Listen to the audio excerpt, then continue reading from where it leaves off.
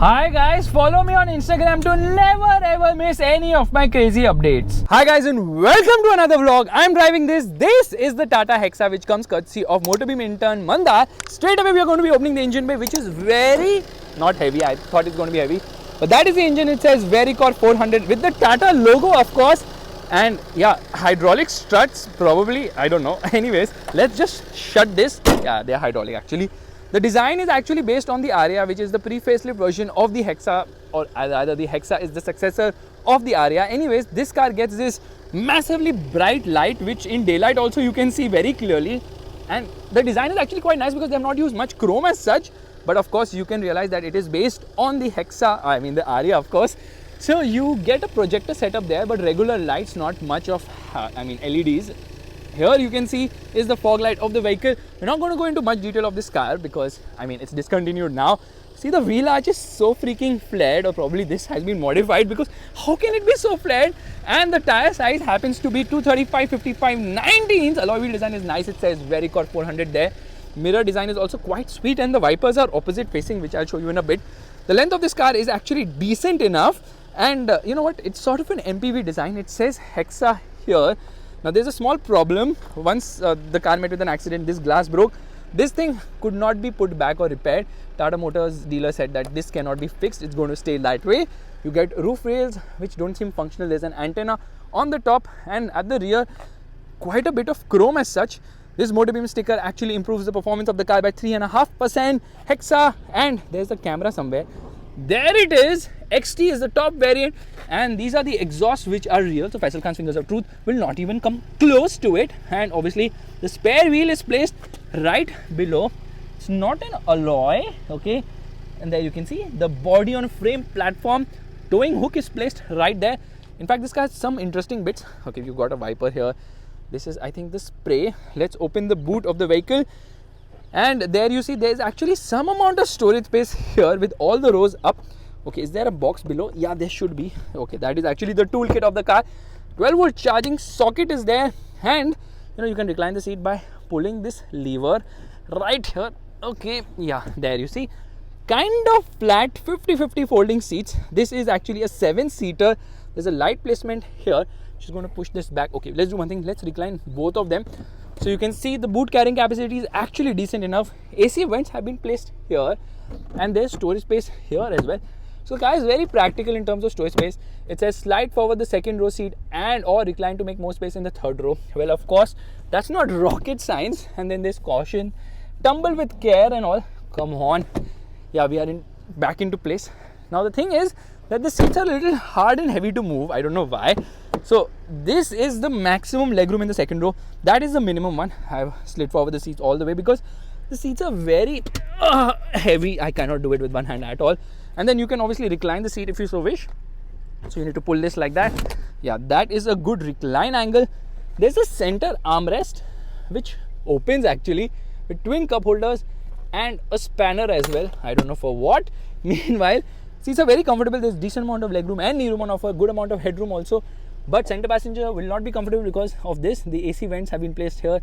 12-volt charging socket, a USB slot, and this also opens to give you twin cup holders, scooped out seat back, magazine holders, all the bits which you would obviously expect.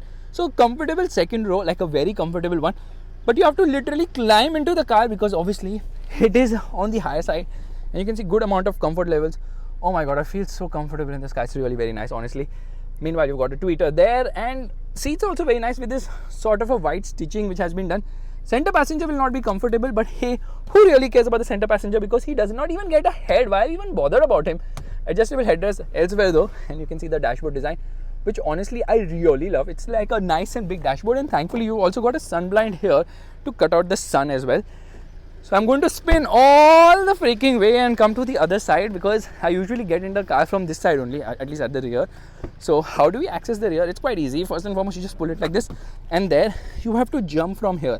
If you opt for the 6-seater, you can go from the middle, of course.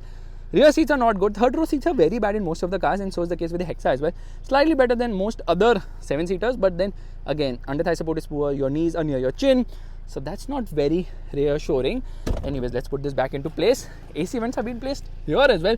So the cabin will be a chiller for sure, but I think the Hexa still looks beautiful, which brings me to a story.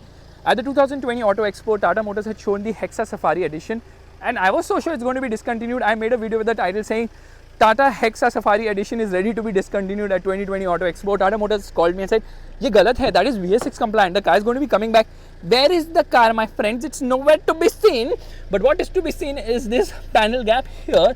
Let's just shut that LED bar thingy. Let's shut the lights also.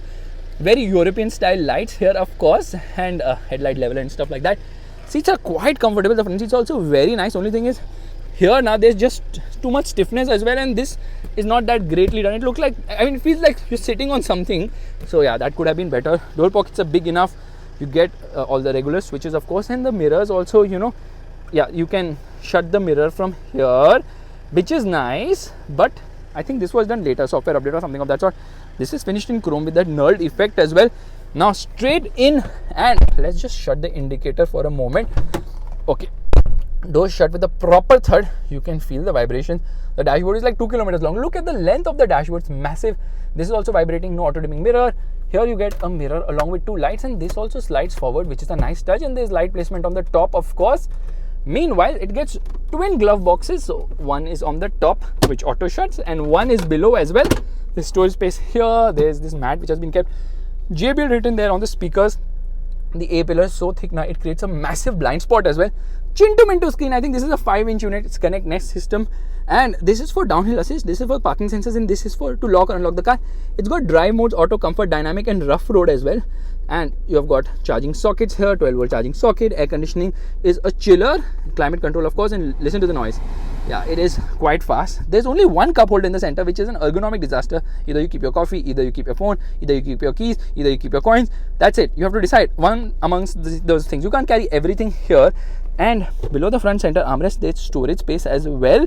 But again, it's kind of chintu. This does not slide at all. Manual handbrake, so we're going to drift it. Just kidding, it's rear-wheel drive drift anyways. Buttons are so small and chintu mintu. What have they done? And the horn is okay. Instrument cluster actually looks quite nice. In fact, let's shut the car. It shows you the Tata logo and the Shanti. My goodness. And there, when you turn it on now, it does a full swipe up. It will not do a swipe up right now. I think I'll just show you the keys. This is for turning on the follow me lamps or the headlamps, just so that you know where the car is. And this is to lock the car. This is to unlock the car. When you lock the car, now the mirrors go in. But when you unlock the car, the mirrors do not come out unless and until you actually turn on the car. So we're going to keep the key inside, and there it does a full swipe up. And then obviously the mirrors have also opened. By the way, it gets illumination here on the key ring. Can you see that? Yeah, this is also illuminated. That's a nice touch. Here, we're going to turn it on. There it rose to life completely.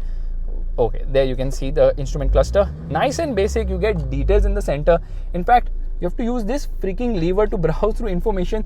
That is like very different in the way it has been done. I'll just show you. Yeah, browse through this. Why? Oh my god, that's like weird. Okay, let's use the wipers. Wipers are the USP of this car because they're opposite facing ones, like the old 8th generation Honda Civic which was sold in India. I really like the way the wipers have been done on this car. Let's use the rear wipers as well, which, okay, there you can see. Yeah, good amount of spray there as well. So nicely done wipers on this car. I love the way the wipers have been done. You can see handles are there everywhere. Yeah, it's got handles everywhere. But here you get a sunglass holder. Seat belts get the height adjust function too, and it's got, I think, 6 airbags. Side airbags are there for sure. Okay, why is it making noise? Let's just shut the rear wipers. Now they're finally shut. Cabin is kind of all black, which is very tasteful. You obviously get the Tata logo here. Now let's get into reverse, which is like here you slot it, and there is a reverse camera, which is really very small, and you get adaptive guidelines, of course. Now there is a hazard light switch here. Hexa is written here just in case people forget which car they are in. In fact, Hexa is written here as well. So they put Hexa wherever they could, just to remind people that they are in a Tata Hexa. And the steering wheel is adjustable only for height. Yeah, just height adjustable steering wheel. That's kind of a bummer. I was expecting it to be both reach as well as rake. It's 24 degrees outside is what it says in the temperature. But what a massive, I would say, blind spot is created right there. But honestly, I really love the Hexa, and I think it drives way better than any other new monocoque SUV. Alright, we're all set to go, which means I have to press the clutch to turn on the car. Yeah, it has a clutch lock, but it doesn't have a dead pedal, which means I don't know where to keep my left leg, of course. It says park brake engaged, so we're just going to put it down. We are going to get into dynamic mode. It doesn't say dynamic mode activated. None of that happens here.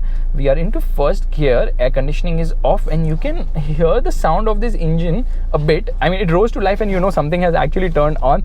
Anyways, we are going to rev the motor. It revs all the way to 5000 RPM and off we go. Yeah, some amount of wheel spin on offer here. Red line slightly under 5000 RPM, but the engine becomes very boomy post around 3500 RPM. I'm actually shooting this video again because there was so much shake now. My camera only hung, it gave up. It's like, humse na ho payega. Anyways, there is good amount of grunt. Like low end performance is nice, but it's really the mid range which is super duper strong here. The horn is okay, decent, fine, but could be better of course. And around the corners there is a ton of body roll. The car rolls a lot. You know why? Because body on frame platform, and then it's very heavy, 2300 kgs, becomes so boomy. There's nothing in the top end, there's nothing beyond 3,500 RPM, so it struggles in that regard. But the good news is that the mid-range punch is really very nice, and it has more torque than the new Harrier and the Safari as well, producing 400 Newton meters. That's why we got 400, of course. This is a 2.2 liter diesel engine, turbocharged of course, and it produces 156 horsepower, but it's not very fast in terms of outright acceleration because the clutch has been very poorly done. Firstly, it's not progressive at all. The gearbox is very notchy in terms of shifts. It's always shaking. I mean there's some vibrations which you can feel, of course, and here, you can pick it up in a higher gear if you so wish. I'm at like maybe 30 kilometers per hour in third gear. No knocking from this engine at all, but you can feel some vibrations on the mirror. Some vibes are there for sure. Now the gearbox is not very slick shifting, and it has this notchy feel and long throws, and then the engine is also a bit too spiky lower down the rev range. That's the reason you can't launch it aggressively, and thus it takes all of 14 seconds to go from 0 to 100 kilometers per hour, which is a lot of time to reach 100 kilometers per hour. In fact, the automatic does a much better job to launch the car, although it also feels jerky. It takes 2 seconds less, around 12 seconds to go from 0 to 100 kilometers per hour. In fact, if you're buying the Hexa, the automatic is a better bet. You see there's a bump, no problem. It takes everything in its stride because it's got variable rate dampers, and it has got amazing ride quality. It feels so good to drive because of the ride, and the comfort levels are fantastic. Only thing is body roll is there, and the steering has no feel or feedback as such, especially in the center position. It feels very lackluster. And the other problem is that it's a hydraulic steering, which is very heavy at parking speeds, very difficult to drive. Now this is available both in 4x2 as well as 4x4 options, and the 4x4 obviously feels better to drive, but it's slightly heavier as well. Understeer, oversteer, forget all that. You will not feel any of that because honestly you can't really push this car. This is not meant to be pushed.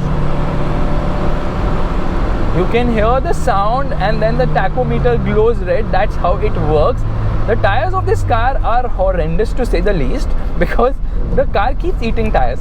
Four-wheel drive versions obviously offer better grip, but this car has a tendency to gobble up tires. This car is on its fourth set of tires in around 110,000 kilometers. So it's been driven a lot, but still kind of feels reliable. Although the owner of this car, Mr. Mandar, tells me that the turbo had to be changed once, it went. EGR had to be changed twice, some of which happened under warranty, of course. And that issue is there with this engine. That's the reason why Tata Motors ditched this engine altogether and sourced engines from obviously Fiat, Jeep for the new Harrier. Actually, I say new Harrier, it's Harrier and the new Safari, because the gearbox is from the Safari, the older one, the G85 unit, which could do with slicker shifts. Mid-range punch is so much, entertaining. That's the reason this is a very fun car to drive. Automatic is better in the Hexa, but manual is more fun for sure. Now, there are a lot of features in this car: automatic headlights, automatic wipers, cooled glove box, 10-speaker JBL audio system, heated mirrors, 8-color ambient lighting, you name it, this is loaded to the brim as well, which is fantastic. Only gripe I have is that Tata Motors is discontinuing the car, so you can't even buy one, because the Hexa is having the genuine feel of driving an SUV.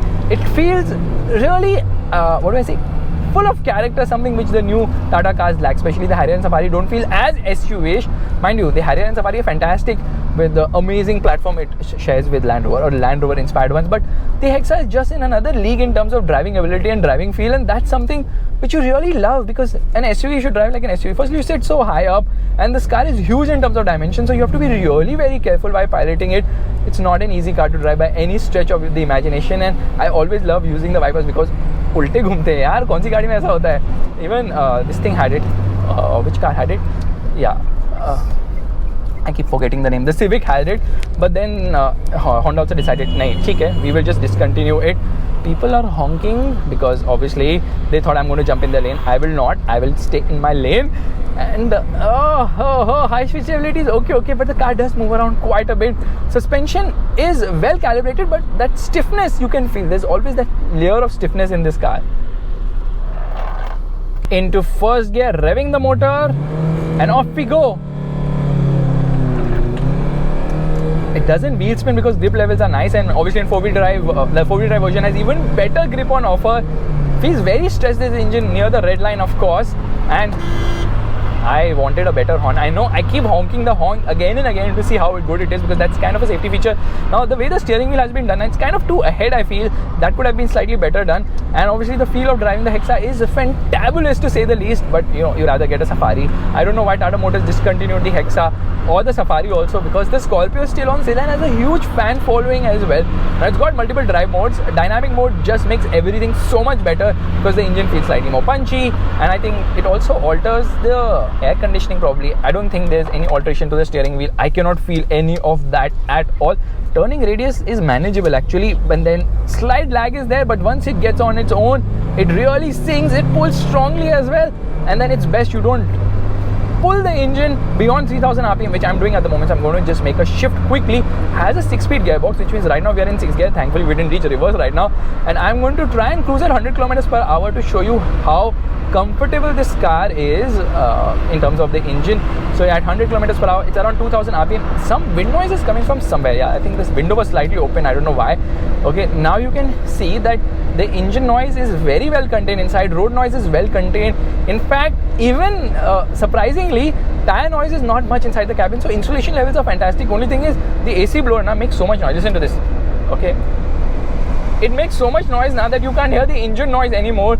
So they could have worked on reducing the blower noise as well. Now the pricing of the Hexa when it was launched, I think was around 20 lakhs or so, which felt kind of value for money for the kind of package you were getting at that time. But then Tata Motors decided to discontinue it. It replaced the Aria, and overall it is an Aria underneath. However, with a lot of cosmetic enhancement, very good quality for a Tata Motors car at that time, and definitely without a doubt something which has a soul. But the problem was when the Hexa was on sale, the Safari was on sale as well, and why would you get a Hexa when you can get the Safari? Unless and until of course it became monocoque, because then it became more driver friendly, but then lost the soul and the character, which is something which the Hexa offers in spades as well. The only thing is certain issues are there with this car which I've been told, and yeah, are we supposed to take a left, Dhanil? Yes. Dhanil is this navigator who expects me to understand everything without even hearing him. He's like so silent. He's like, maybe you should just get the vibe of it. Anyways, here you see nose dive, and now we are going to launch for the very last time. Dhanil is going to go all over the place. 6 airbags for the win, revving the motor, and off we go. Some amount of wheel spin. You know now this is a rear wheel drive car because it's a body on frame car, so rear wheel drive, and the front drive shaft is also engaged when you opt for 4-wheel drive, but it's more rear wheel drive centric. It's not going to drift, it's not going to oversteer, it's not going to understeer, because you will not have the balls to take it fast around the corner, because if you do, it might just topple as well. So guys, this is my vlog of the Tata Hexa.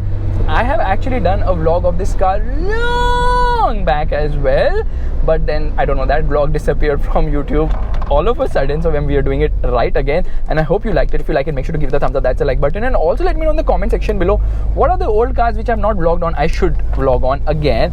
And that's all. Bye bye, take care. We're just going to go through this patch and I'll show you. This is absolutely stunning in the way it rides. It's so freaking comfortable. Yeah, that lumpiness is there of a body on frame platform, but for the most part it is absolutely brilliant. There's a big hump gadda aage hai, and look at this. I'm going to take it from the worst side, and there, beautiful. What a ride quality, what a comfortable car. Bye bye.